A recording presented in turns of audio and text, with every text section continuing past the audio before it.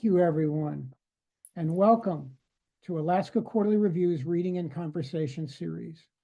This event is being recorded and will be available on the Alaska Quarterly Review YouTube channel.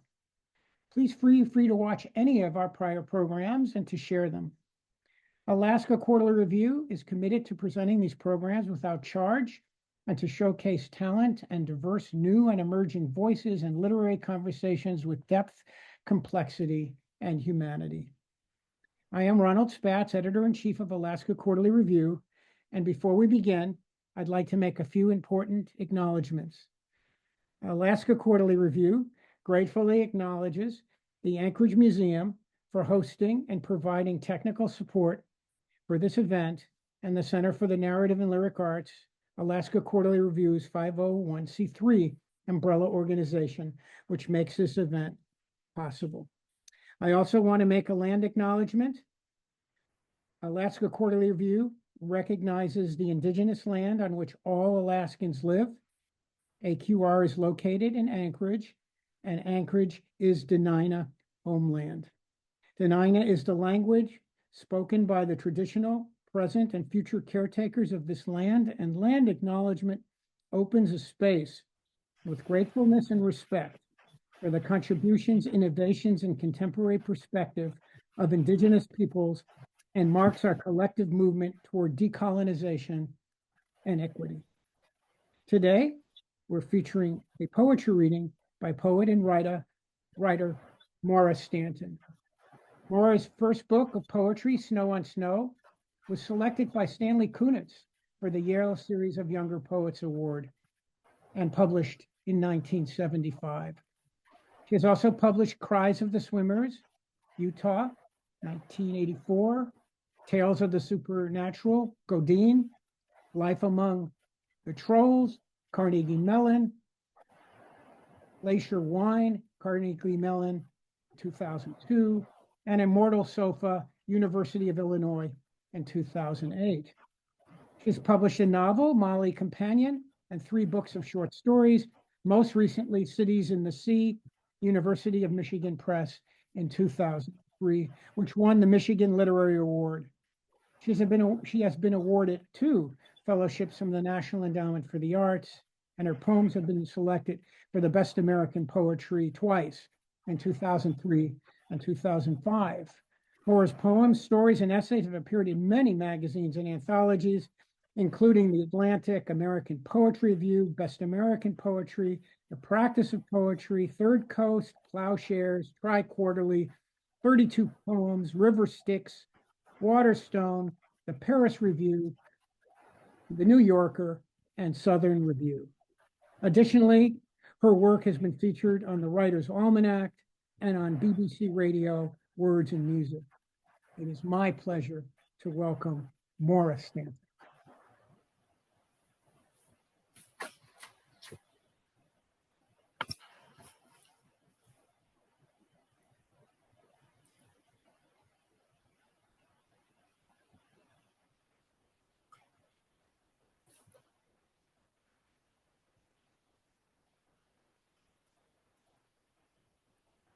Thank you, Ron. Thank you very much. I'm really honored to have been asked to read for the Alaska Quarterly Review. And I'd like to also thank Danny for that very necessary technical support that she just provided a few minutes ago. Anyway, I'm delighted to be here today. I thought that I would start by reading a few poems from a chapbook that I recently, it was recently published by Finishing Line Press. It's a chapbook of prose poems, kind of like halfway between writing poetry and writing fiction. You've got the genre of the prose poem. So I'll read a few of these. It's a book called Interiors, and the epigraph comes from the dictionary. Interior, 1, being within, inside of anything, internal, further toward a center. 2, of or pertaining to something within. 3, situated well inland from the coast or border. 4, Domestic. 6. Inner, private, secret. This first one is Turtle Tells All. When we draw our heads inside, you don't exist anymore. We hear you out there droning on about this or that, taking notes or threatening something, but we've gone back into our shells. The backs of our shells all look alike, but inside each one is different. Mine is currently baby blue with hexagonal patterns and yellow highlights. Most days I'm out swimming, but sometimes I trudge ashore looking for a good place to lay some eggs. If I glimpse you coming my way, or if I even see one of your big footprints in the sand, that's it. I pull inside. You won't hear a peep out of me, even if you give me a hard kick or pick me up and turn me over and measure my belly. I seldom snap, and it's not because I'm afraid of you. I just dislike you. I prefer listening to the echoes of the latest sea music in my shell or repainting my dome in shades of ocean. When you let me go, I wait patiently until I can't hear your palaver anymore.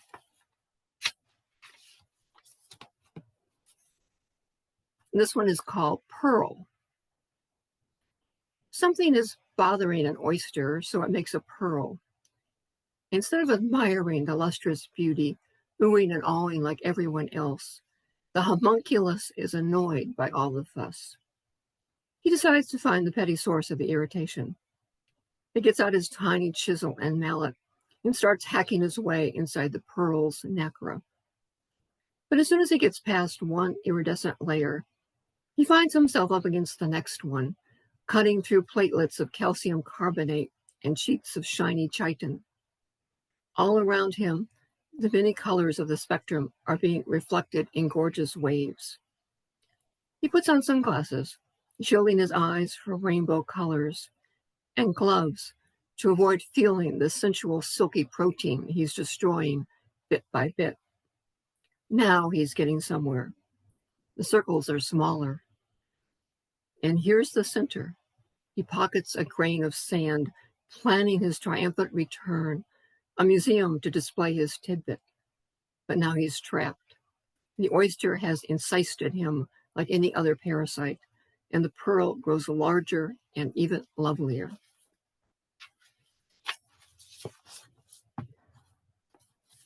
Stapler. You were born looking just like all the other silver staples, shaped like a bracket and attached to the others in a long row. The row is nestled inside a cardboard box with other rows that look just like it. For a long time, you waited for someone to open the box, dreaming about your fate. Maybe you were born to staple revolutionary scientific reports or vital government documents. Other rows were chosen. Then finally, your row was lifted out and fitted down inside the stapler. The rope broke into two pieces, and one staple fell out, hitting the floor with a sad ping, but the spring pressed the rest of you back together. Now you are number 60 in line. You felt a wham. The first staple in your row stapled what it was destined to staple, and you jolted closer to the end. You were about to hold something together for the rest of your life, and you tingled with joy. Now, the stapler had slammed down. Eek! It wasn't your fault that you went into the paper crooked. Nevertheless, you were plucked out and tossed into a waste can.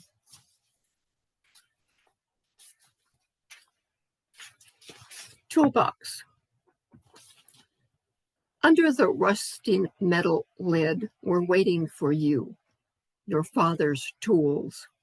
We always knew you weren't going to build a doghouse or repair the stairs or tighten the bibcock faucet, but we wanted to be of use, as in the old days. Ah, the old days. When we heard your father's tread on the basement steps, we were thrilled. The hammer clenched its head, the bubble trembled in the level, the pliers stretched its jaws. But after your father died, it was worse than we expected. You carted us out to your car, left us for months in the trunk, and then stuck us on the floor of this hall closet next to the vacuum cleaner. Now the hacksaw's teeth are rusting, the file's worn down, and the measuring tape sags beside the plane. The poor jack screw, no longer attached to a workbench, has grown forgetful and thinks it's really a micrometer caliper.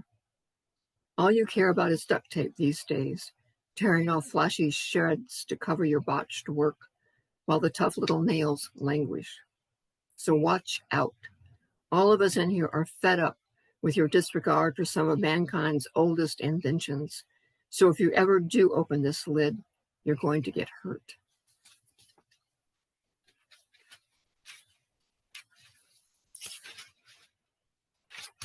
And this is Jonah. Whoops. He was afraid this was going to happen. He's been sucked up. The strong wind pulls him in against the stiff fringe of the brush attachment, where he gasps and tangles with bits of debris, strands of hair, crumbs, dust bunnies, specks, soot, and flecks of dander. The brush is swiped across the carpet, freeing him from the tough, indifferent bristles. He flies up the silver tube, but since he's heavier than the rest of the crime, he gets to catch his breath at the bend, pinned against the cold metal until he's slapped free by a dancing paperclip. Swoop, suck, up it goes into the flexible plastic hose. Now and then he catches on the accordion folds, but the air is warmer now, and he feels himself being pulled closer and closer to the engine thrumming in the center. Why, this isn't so bad. He almost feels excited as he approaches his destination, the special paper bag fitted inside the machine where all the dirt in the house congregates. And then he's in. He's dragged through the opening. It's all over. There's nothing to do but make a cozy nest in the mound of familiar filth.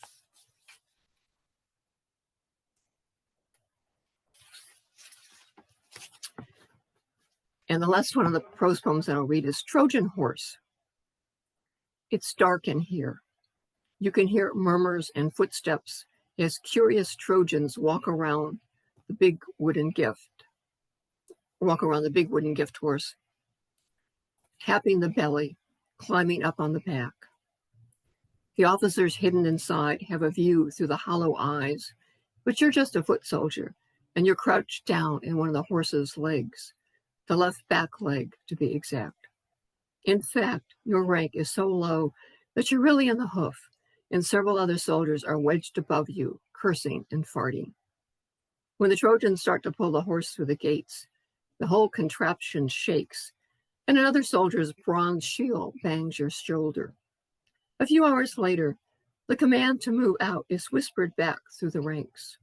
You feel shifting above you, then the clank of armor as soldiers leap out the trap door in the side. Already the fight's begun. You hear the whoosh of spears, the thud of punctured livers. Is this what you were born for? You climb up the leg slowly, slowly, slowly. Well, that took us to Greece. So now I'd like to read a poem that's set near Troy. And this is called By the Sea. The spheres on the plain of Troy glittered like things that hadn't been invented. Holiday tinsel, bristling antennas, a cabinet of needles at the flu clinic. And the sea was closer, only 2 miles away, gleaming like a strip of blue gel toothpaste. That's when a grasshopper, the size of a stapler, or perhaps a computer mouse, or a brick of cheddar cheese in your refrigerator, jumped from a crack outside the wall citadel, scaring a mother as she pressed the tip of a fibula through the cross of her son's tunic. The fibula looked like a big, crude safety pin. There are lots in museums, including hers, for she dropped it into dry grass, and later on, warriors trampled it into the clay clods of her fertile land, their shrieks and thrusts as they stabbed her boy, dragged her by the hair, untelevised, but still remembered by those who listened and then repeated and repeated the same stories over and over in hoarse voices on clay tablets and type in pixels.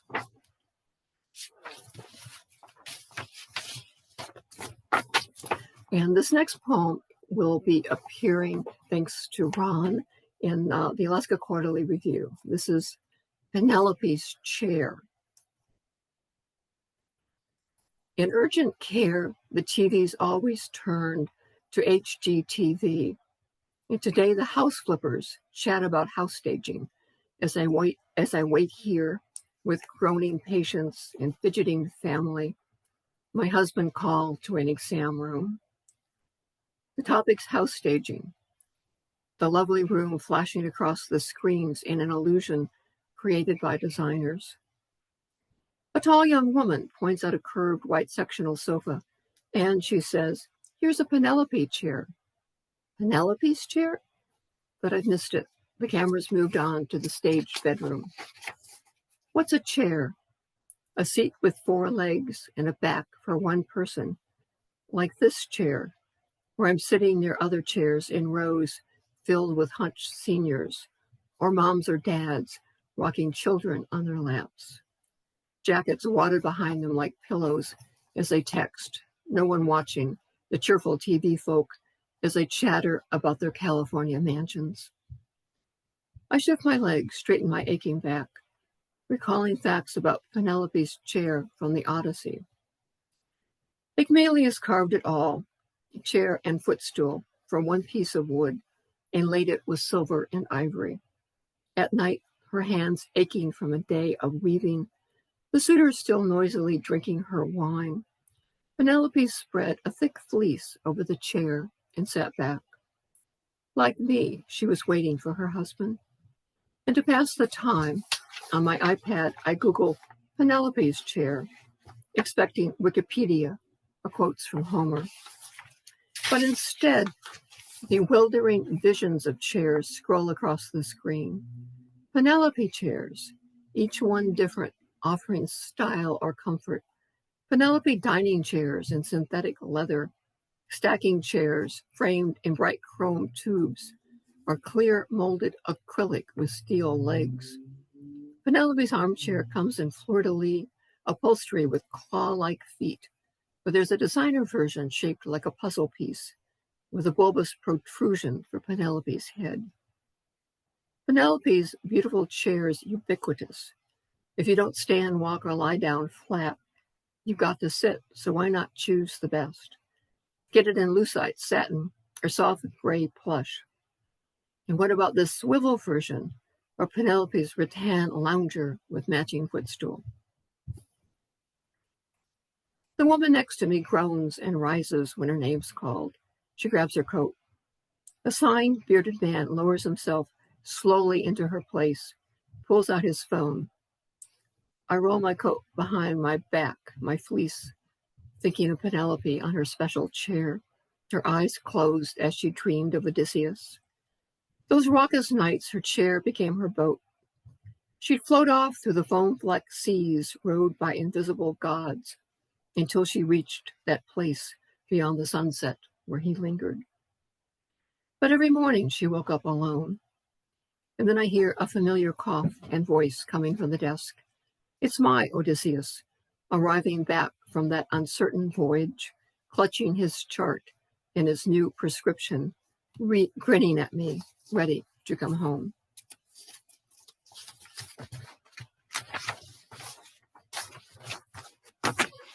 So this is another poem that's going to appear in the Alaska Quarterly Review, which also has some imagery from Homer in it. It's called Horsehair on Helmets. An old-fashioned wooden storm window placed across sawhorses in a backyard, nearby a paint can. But the little girl crawling under this delightful play space did not see glass panes, only blue sky. She stood up. She shrieked. I saw it all, for I was high on the swing set next door, moving through the air in big swoops like a flag unfurling in a gust of wind. Adults rushed from the house, running, shouting, brushing glitter from the girl's dark curls, scolding her, bandaging her forehead, Well, I kept swinging to the sky. An older brother got a rake and raked sharp, shimmery pieces from the grass. The rake tines dragging out daggers of glass that might have injured a bare foot, but flew instead into my memory. For today, slits of sun between some fence rails, crisscrossing the snow like light swords, call up that scene. The broken window, agitated figures, blood, then cleanup. I held tight to the chains of the swing, watching it all from a terrified distance, as if I were driving a team of wild horses into battle, horsehair streaming from my helmet. And that snow is out there again today, about 10 inches of it when I look outside my window.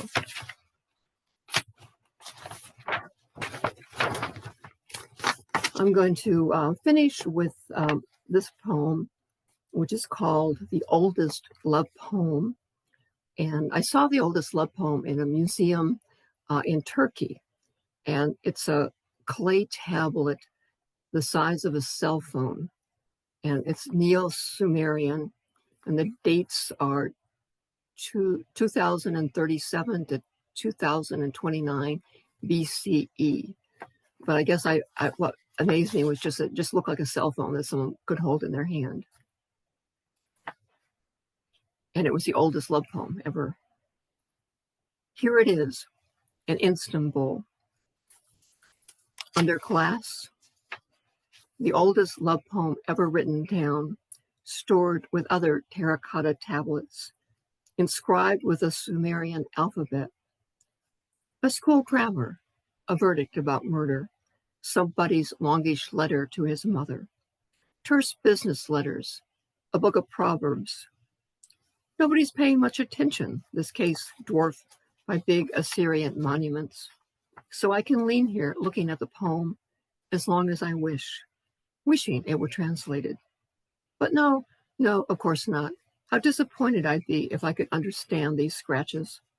Better to imagine what it felt like to hold wet clay in your hot living hand, free to write anything, every cliche fresh and unused.